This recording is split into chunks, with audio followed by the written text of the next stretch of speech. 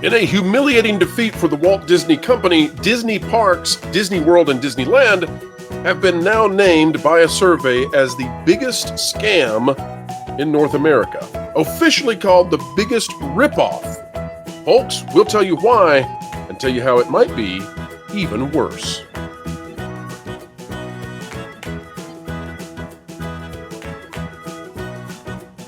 Hello, ladies and gentlemen, boys and girls. Welcome back to the channel that explains entertainment, keeps you ahead of the culture curve, and even when we cover topics which might be negative, we do so in the most positive way possible. Lorena Creole is a great positive person to have on for this topic. Lorena, welcome back. Thank you so much for having me. Glad to be back. Absolutely, and let's get right into the topic at hand. That is that according to a survey, and a significant one at that, Disney World, and Disneyland, by the way, well, they're the biggest ripoff that you can find in the country. This out of a publication called Best Life. It says this: Disney visitors tend not to shy away from voicing their frustrations with the park's exorbitant prices, especially those at Orlando's Walt Disney World, where tickets, annual passes, and parking prices all went up in 2023. Given that the price hike coincided with the record national inflation, the park saw a significant decrease in attendance last year, which seemed like a bit of a saving grace to some park goers, since fewer crowds typically mean overall shorter wait times. However, new data reveals that most visitors claim the investment isn't worth it, and some went as far as to dub Disney World the biggest tourist attraction ripoff in the United States. Enough so that, well, it's the number one. In a new study conducted by Casino.org, experts sifted through Google Trends and TripAdvisor reviews about U.S. tourist attractions to determine the biggest ripoffs Americans were complaining about. These findings were then categorized on national, state, and local level. Once the lists of common ripoffs were gathered, the company polled over 5,000 American adults ranging from ages 18 to 65 on whether they found these attractions worth the price of admission. And here is where it gets really, really specific. 60% of participants voted Disney World as the biggest ripoff in the U.S. tourist attraction category. My, oh my, Lorena, what a shift from where Disney once was, when people felt like they were given more than they could have possibly ever dreamed of for the money that they gave. This group included national parks, Seattle Space Needle, the National Mall in Washington, D.C., as well as other famous amusement parks like Disneyland. Final paragraph, then I want your take on this. The happiest place on earth turns out to be the most scammy place on earth, too, as this top attraction ranks number one for ripoffs. Casino.org announced in its release, starting at $109 per person. Oh, don't make me laugh. For the most basic ticket, we start to see why Disney makes the top ripoff ranks. And that $109 per person ticket, well, you might see that a few days out of the year, but that's almost never the base level. I laugh at that one. Maybe 3 times a year. But once Lorena, in a blue moon, you might see that price. Right. Lorena, this is a new title. This is a new thing for Disney. And again, here on this channel, we cover this over and over, and people say, well, you're just being negative. You just hate Disney. And it's like, no, it's the opposite. And we hate to see Disney drop. We hate to see this once great theme park. Now, folks are calling it the biggest ripoff in the country. Lorena, do you think that Disney World deserves that, or do you think that this is too much? Oh, they totally deserve it. They completely deserve it. And you go all the time.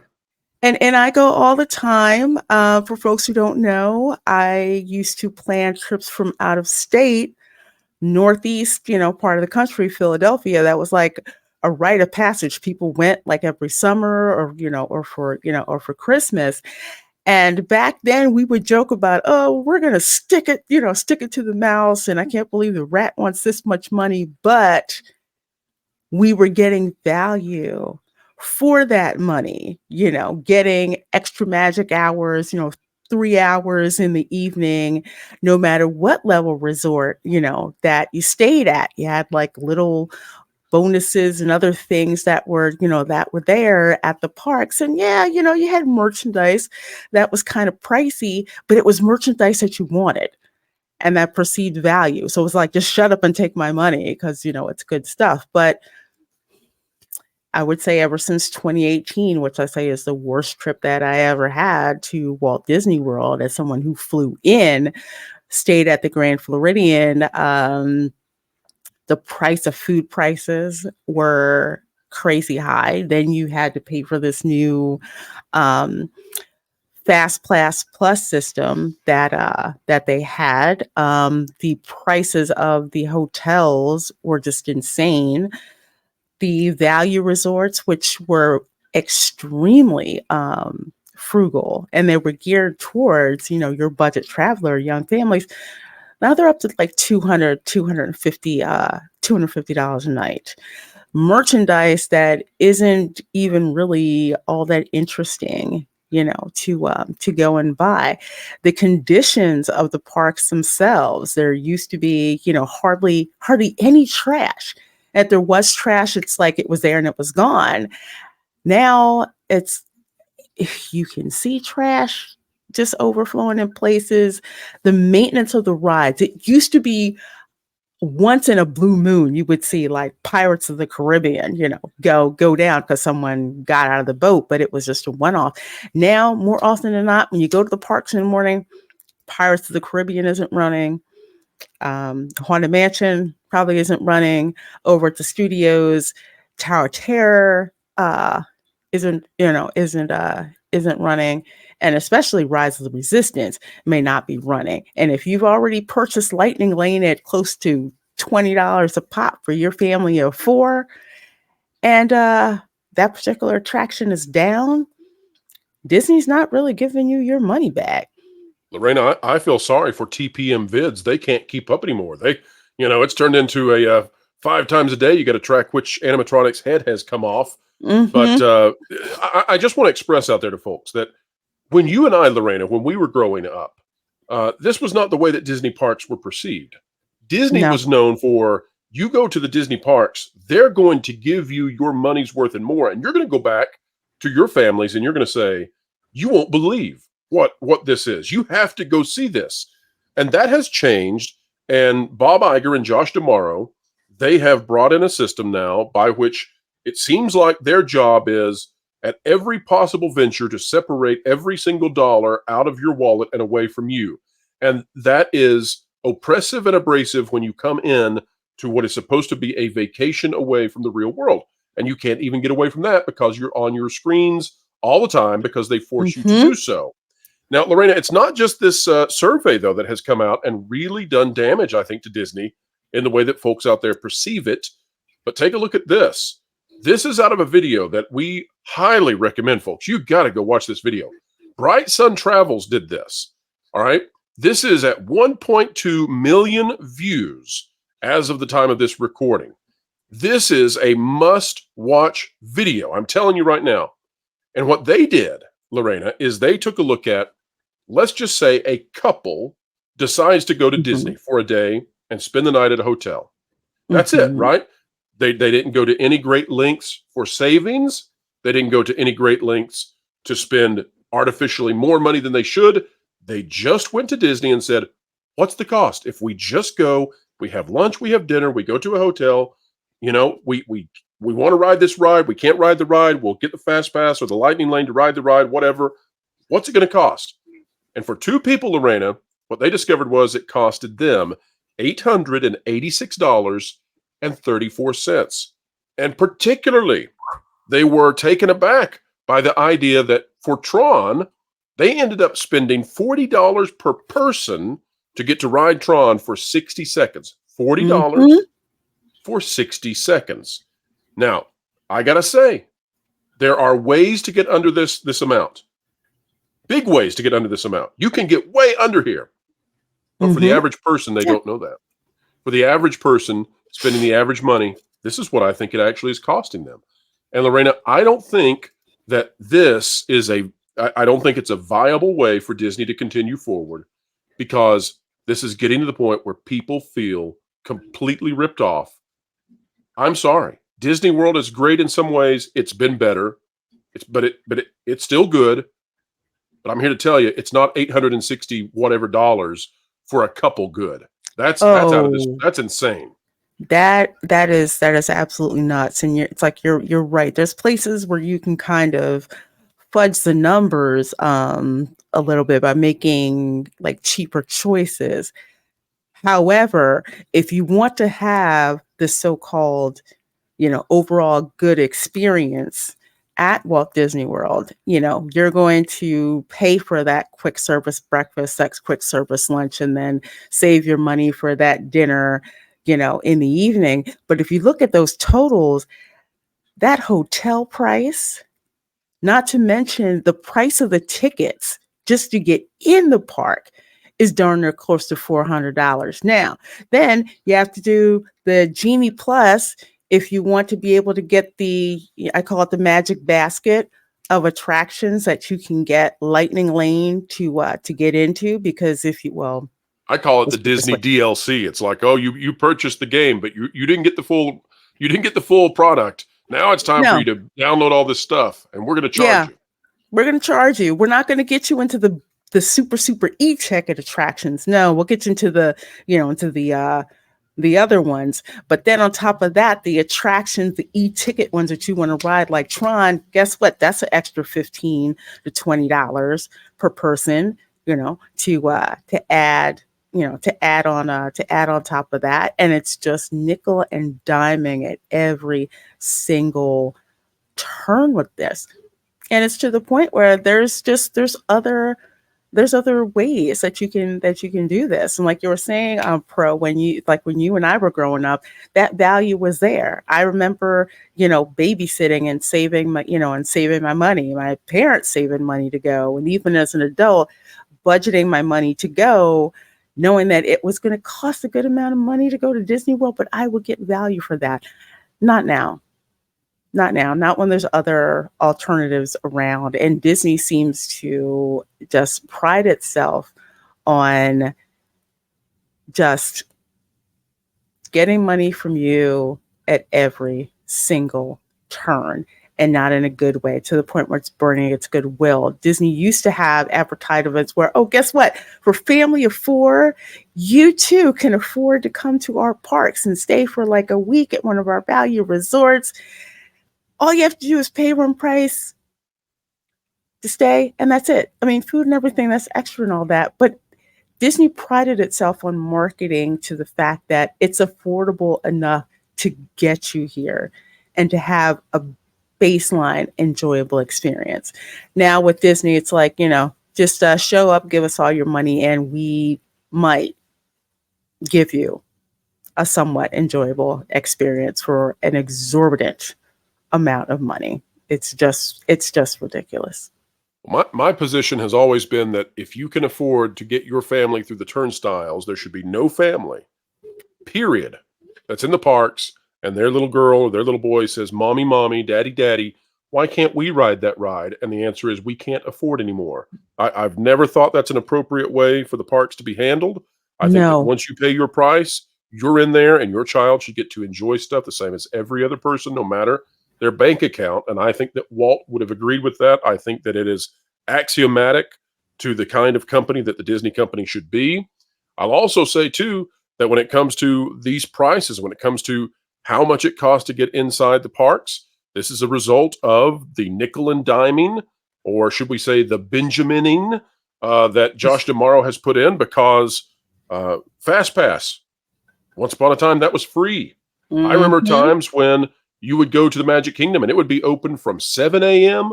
till 3 a.m. And that was on a ticket. And Yes. now they close as fast as they can to bring in a special event.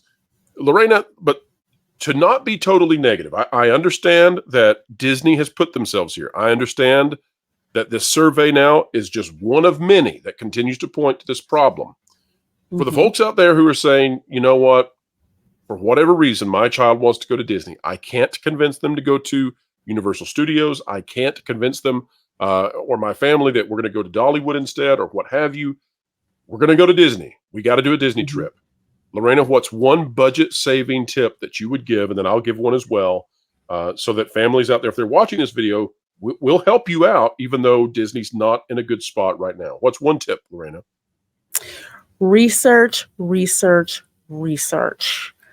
There are so many sites and forums with like-minded people who are planning trips, who will give you valuable information.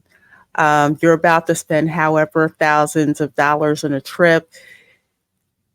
Invest the time to go online and get all that information. Disney's website is free.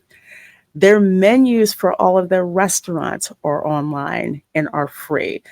The schedule of, the performances and all of that is there. You can go to websites like mousesavers.net, which I've used for I don't know how long. That's unbiased information. They collate discounts. They give you, price breakdowns, all of that. Definitely do your research before you book a ticket, before you call a travel agent. Even before you announce to the family, we're going to Disney World, spend that time to go online or go to your local library and get an unofficial guide and get all of that information up front so you can decide what is the most important thing to you for this trip and plan accordingly. All right, folks, I'm going to give you my top 3. Lorena's is absolutely excellent. My top 3 ways for you to save. Number 1, all you can eat buffet or all you care to eat. I would recommend doing that for lunch because those tend to be far less expensive doing those versus doing 2 meals in a Disney park. And if you can do a snack instead, plus an all you can eat, we've done the numbers before, you actually turn out to save quite a bit of money there. Number 2, I would say, unless it is absolutely shoulder to shoulder crowded, don't buy Genie Plus. Just don't. And then 3, when you get in the parks, they are going to have all kinds of flashing gizmos and mouse ears and all of that. And your child is going to want those things probably.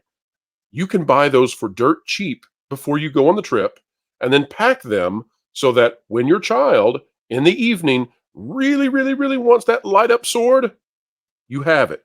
They just don't know you have it, but you have it.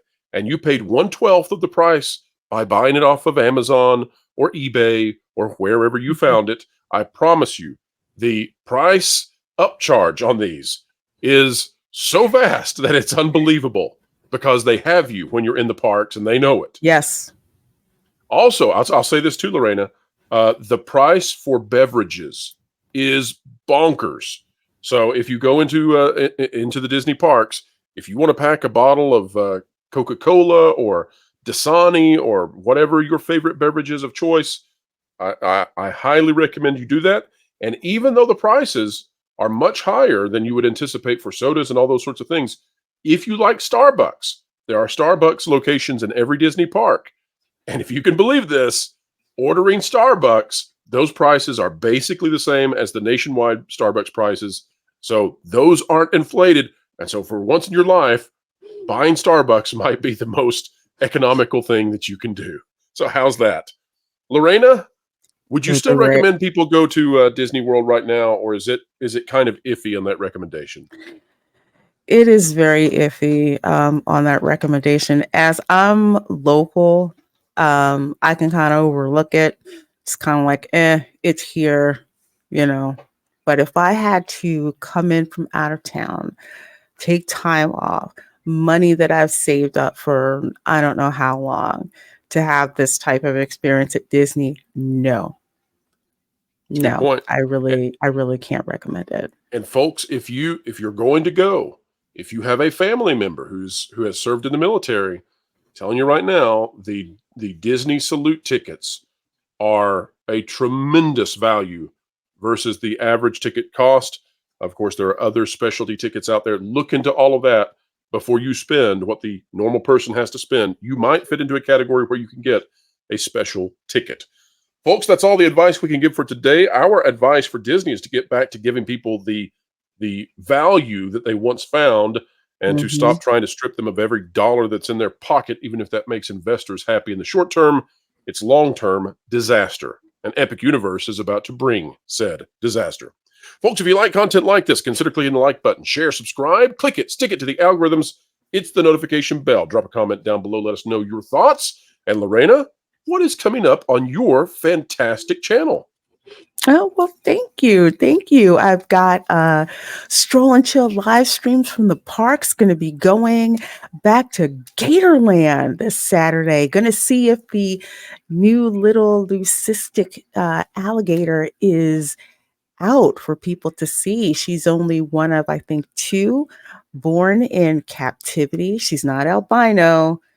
She has blue eyes, so she's leucistic. So hoping to catch her and see if she's out and available at Gatorland, a wonderful, wonderful local park here in Orlando. I tell people, come see the real Florida, leave the Disney bubble, and go check out Gatorland. And in the evening on Saturday, I'm going to Universal Orlando. I'm going to be there for the Bare Naked Ladies Mardi Gras concert. So we'll see how close to the stage I'll get to give you guys a wonderful, wonderful view of the music acts that Universal Orlando is having there for Mardi Gras.